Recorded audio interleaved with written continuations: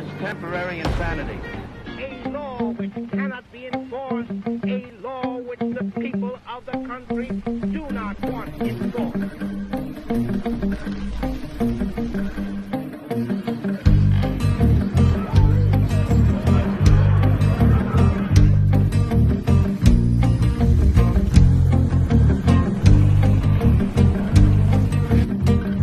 I'm going away. I'm leaving home. I'm riding high. 'Cause life goes on. I'm on the road. And I don't look back. I follow each and every track. If we as a human race don't start to do something about it now, we're all fucked, you know. There's no way the Earth's just going to fix itself from the disasters we're creating at the moment unless we begin some sort of revolution of remanufacturing things in a clever way.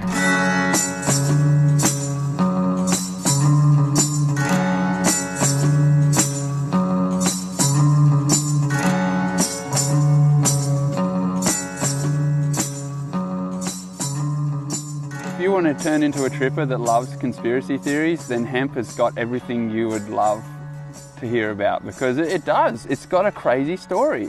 You know, it's like hemp is so powerful that the people in power don't want the people, you know, of everyday society to know how powerful hemp is. You know, it's got this strange, it's had this like weird reverse effect on humanity that, you know, hemp is this great savior plant, but it's created some super fearful response in our governing bodies around the world to try and squash it. Marijuana. A Chicago mother watching her daughter die as an indirect result of marijuana addiction told officers that at least 50 of the girl's young friends were slaves to the narcotic, continuing addiction until they deteriorate mentally, become insane. I think it was Hoover or one of those the US presidents. He was buddied up with his relatives who were the head of cotton industries. His nephew was the head of the Narcotics and Dangerous Drug Administration at the time, and they literally got together. They had emergency meetings based on eradicating hemp as an actual fibre to be used, and they went out of their way to promote, and they commissioned films like Reefer Madness and stuff to freak out the world.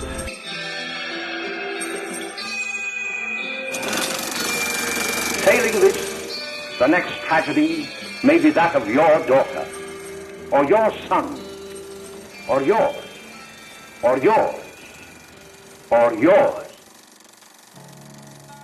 Hemp per acre can produce more fibre, more oil, more medicine and food than any other plant that we have on this world. Now, if that industry got made into a superpower, what are all these other industries going to do? You know what I mean? Because it's something that could possibly have a monopoly over, you know, all the oil companies, all the companies that make plastic, obviously DuPont, which are the main reasons behind making hemp illegal. The job of wiping out this traffic. And in 1937, we smashed 10 major narcotic rings. The whole concept of hemp had to be, for them, in their eyes, to protect their billion-dollar industries, had to be squashed. And they went about it systematically. They used the media, they utilised the politicians and politics itself as tools to actually make sure that hemp as an industry was closed down. Public enemy number one in the United States is drug abuse. There's a lot of fear about being associated in the wrong manner, and so that sort of political correctness sort of dominated the attitude to hemp, so that people did pretty much marginalise it, which is a shame, because obviously it has nothing to do with smoking dope. It's a totally different issue. Again, things like hemp would have sort of, you know, it could have been misconstrued as, you know, hippie surfers and all that sort of thing. So I think that's the bottom line.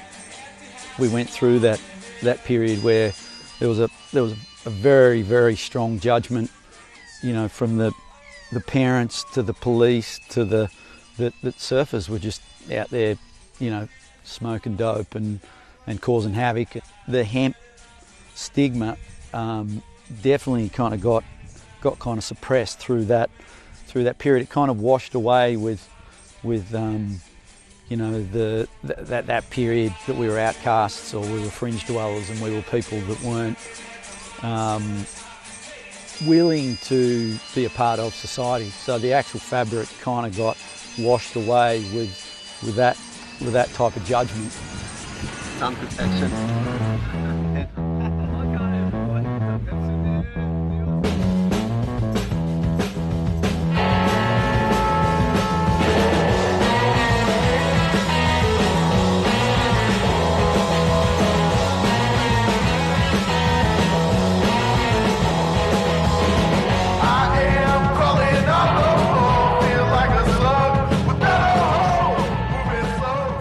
Surfers don't really give a shit about the drug aspect of hemp because a lot of people smoke, a lot of people eat. It's a medicine, you know, for a lot of people. And Should that be a separate issue though? Yeah, well, it is a separate issue because they're two different aspects of the one species of plant. But I think that's part of the whole demonising that's happened with hemp and marijuana for a long time. Yeah, I think with the surf industry over the last, say, even 3 years, has had a great change in the way it looks. There's this whole vibe on, you know, wanting to look like a 70s surfer using a retro surfboard, and I'm all for that because it's taking things back to, you know, the roots. And I feel like hemp board shorts or hemp T-shirts is taking it back to the roots. It's taking it back to a stage where there weren't as many problems. It's kind of like a natural way of doing things rather than a forced, unnatural way of doing things for mass production. So wearing something hemp, I feel, is quite special in that regard, that you feel like you're wearing something semi-vintage, I guess.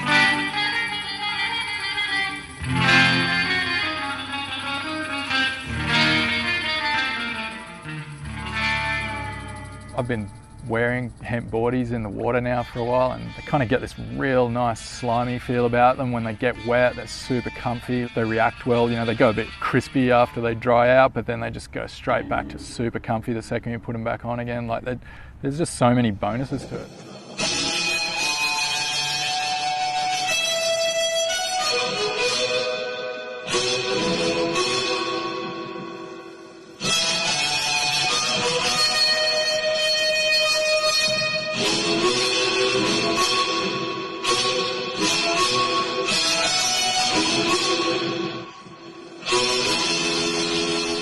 So our intention behind the hemp revolution is to educate the youth into the realization that there is more to just buying a product. You're not just buying a product, you're buying into something that has been made from your Mother Earth. So you want to be aware that that product is something that is not so harmful, and it's something that's sustainable. It'll be dry when it's made into a fibre crop, but the stalk is actually hollow.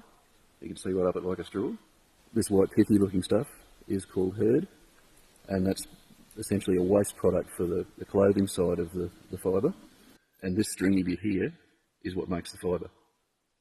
You know, it's a little bit like buying a product you think is sustainable or organic, yet when you find out how it was made and what it took to produce it, it's actually not. It's been quite a destructive process back behind it.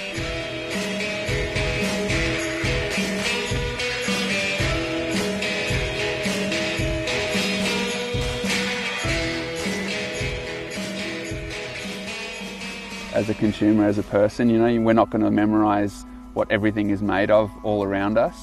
So it's good to feel that perhaps when you go to get something, the people who've put all their time into making that thing are going to tell you the story of it, educate it, you know, same time.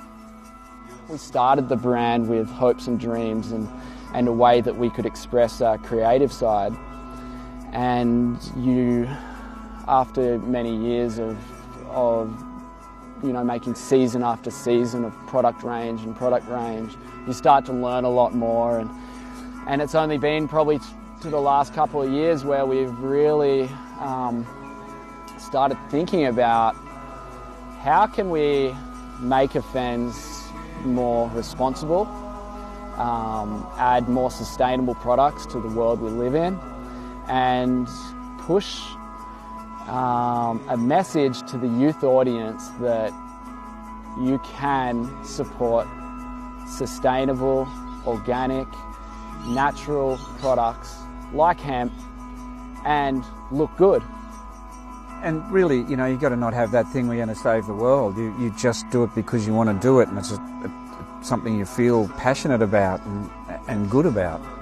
And usually it's going to work. If you're feeling like that and your heart's into it, well, it's going to work at some level, and I think the time is right for it. I keep saying that. I just think right now is a good time to be doing this.